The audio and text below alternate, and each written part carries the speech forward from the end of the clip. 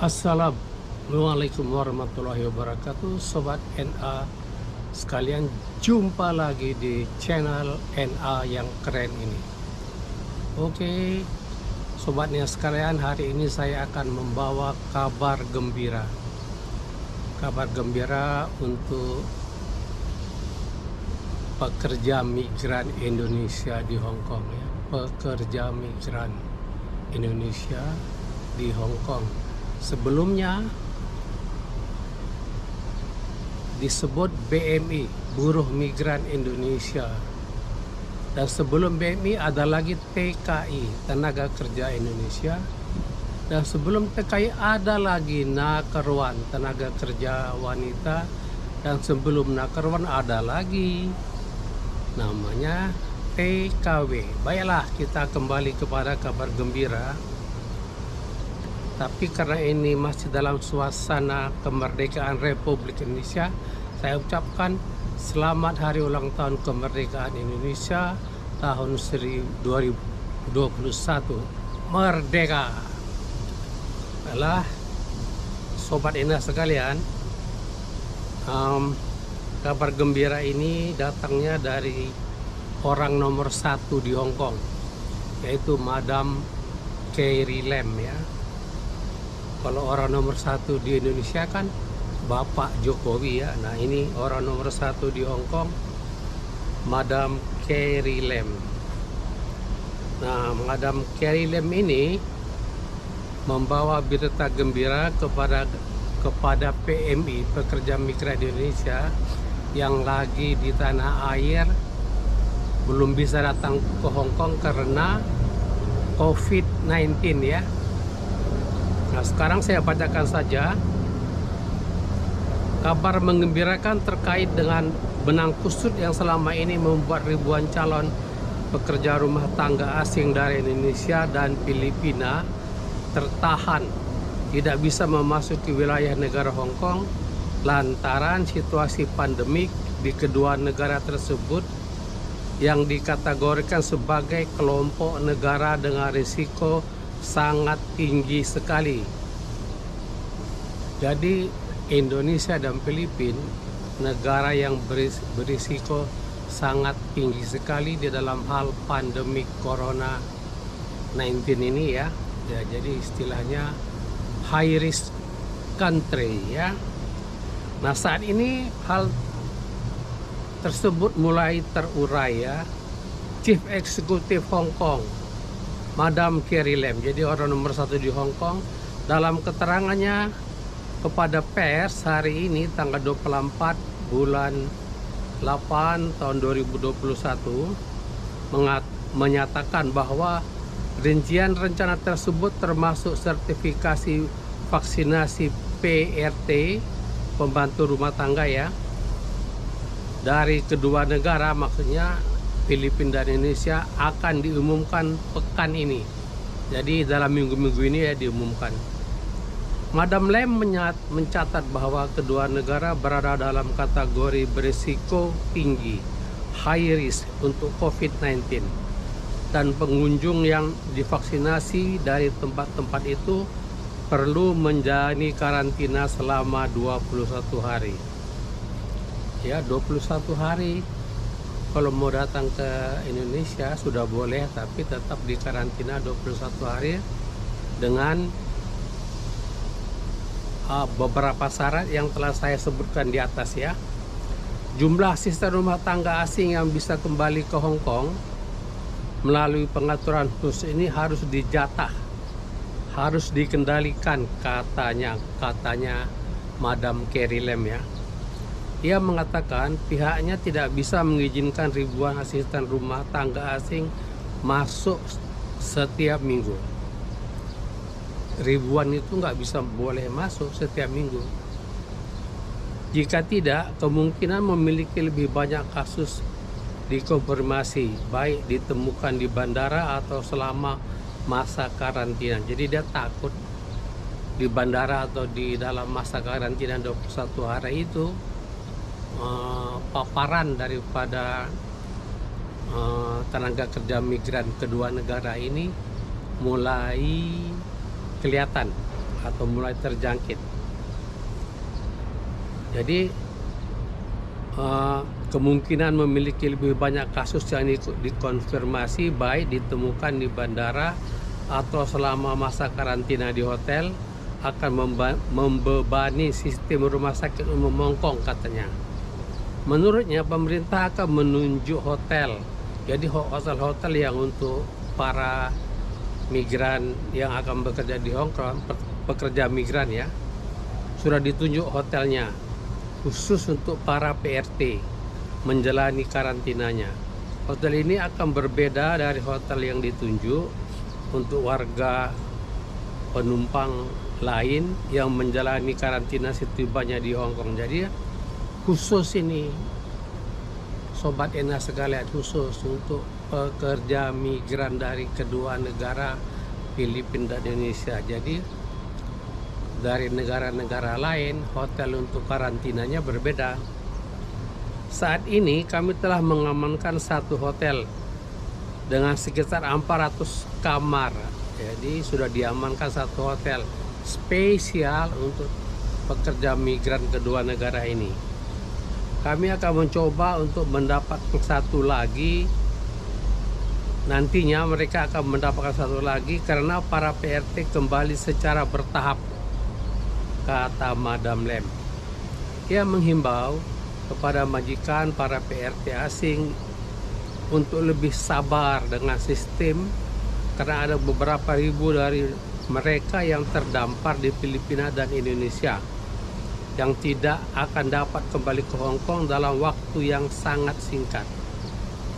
Hong Kong kekurangan PRT, ya ini dia mengakui juga loh bahwa Hong Kong itu tenaga PRT-nya berkurang banyak, drastis sekali, sehingga sekarang yang berniat mengganti majikan yang finish kontrak, yang break, yang terminasi punya posisi tawar yang sangat tinggi karena warga Hong Kong kekurangan PRT.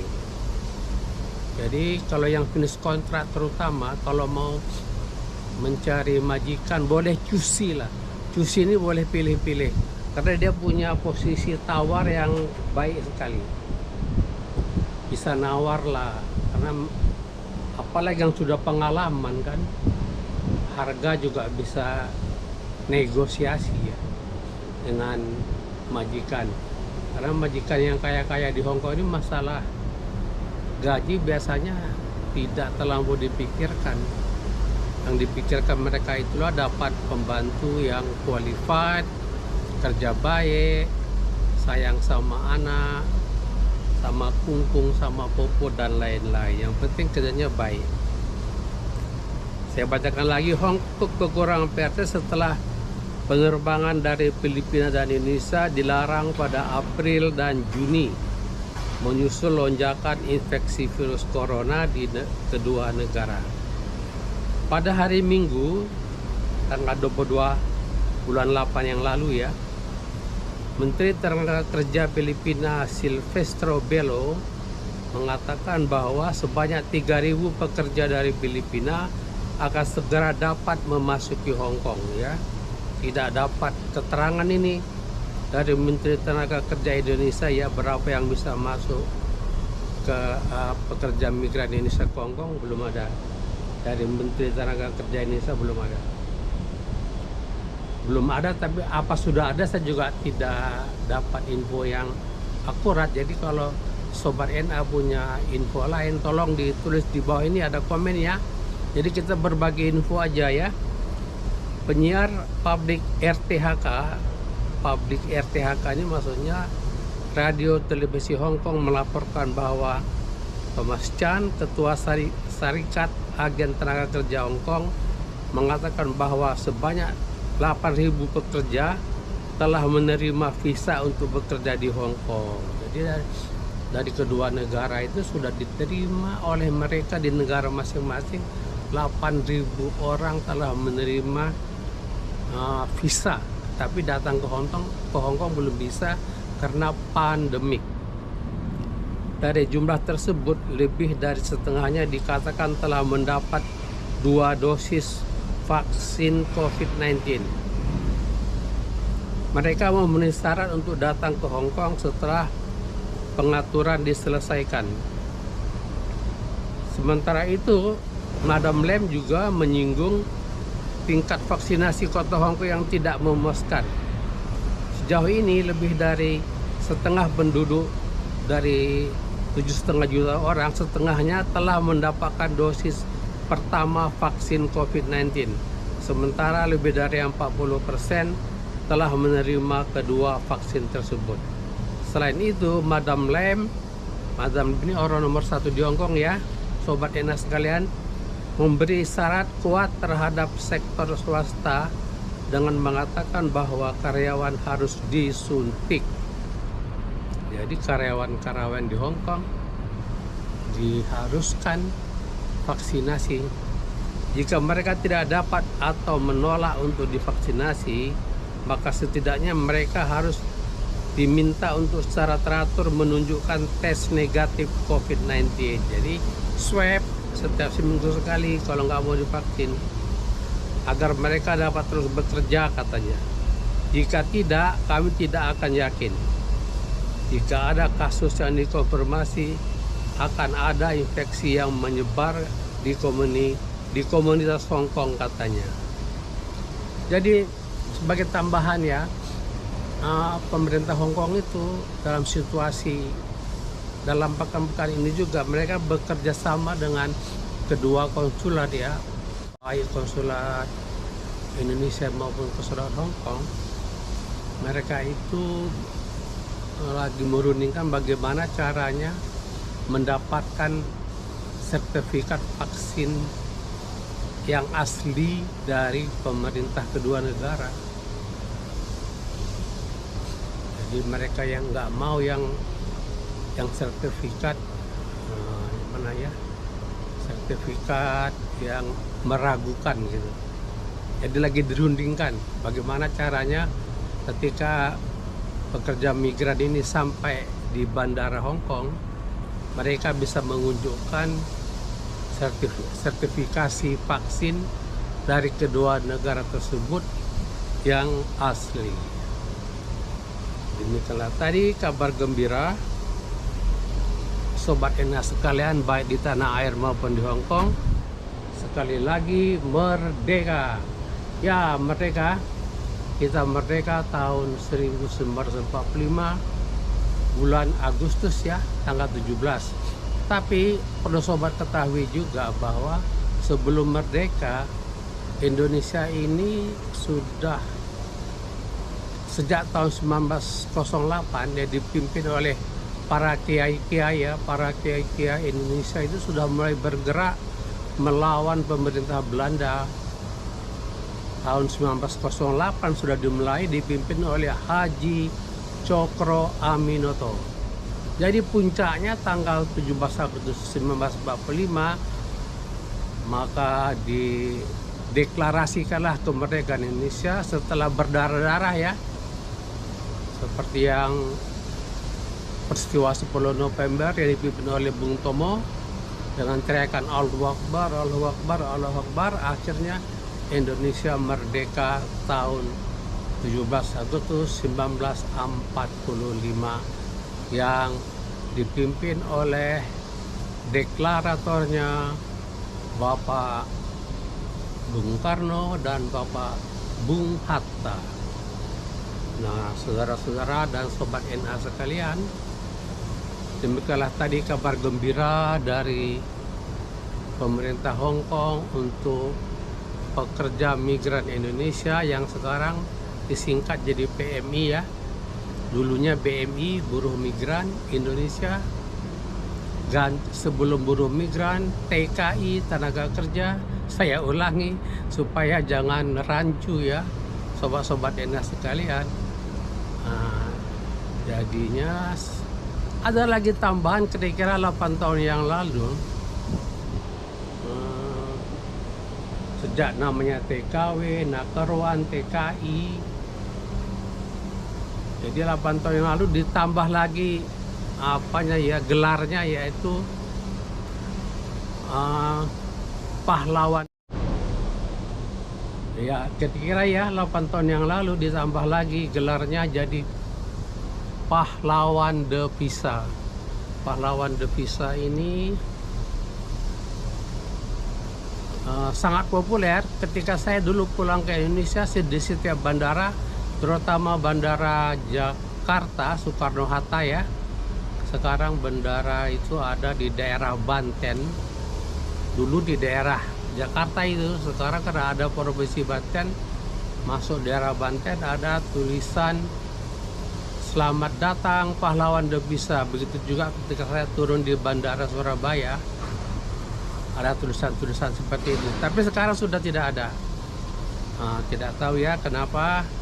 Jadi predikat pahlawan devisa itu saat ini kurang populer apa bagaimana, kita nggak tahu.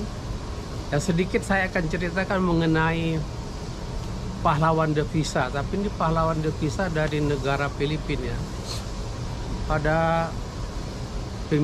Pada tahun dimana di masa jayanya Presiden Marcos, kira-kira 18 tahun apa 15 tahun yang lalu, negara Filipina ini pernah bangkrut ya. Tapi karena pekerja migrannya yang ada di luar negeri sebanyak 3 juta dan warganya juga ada yang sudah menetap banyak di luar negeri, tetap mengirimkan